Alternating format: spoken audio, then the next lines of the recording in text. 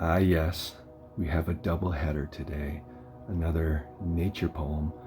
This one I wrote when I was a guest on Jaziel 1111 on her cancer and parasite cleanse program. And this one's called Nature Calls. Here we are in love's embrace. In faith we trod, we follow grace.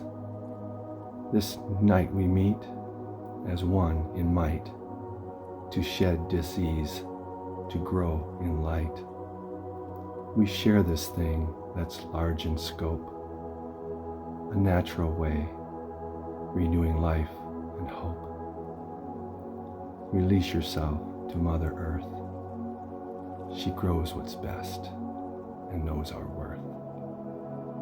So many options, the choice is yours. Herbs saves lives and are found in stores. Trust your heart, have faith, have hope. This natural stuff will help you cope. The life you save may be your own, your family, friends, or a complete unknown. This knowledge works. It's been tried and true. Like, follow, share. It's up to you. It's time to cross the material world of man, to become the ethereal sphere. It's up to us now. You may not remember, but we chose to come down here at this time to bring back nature's harmony for the new earth and to reestablish unconditional love, the love of old.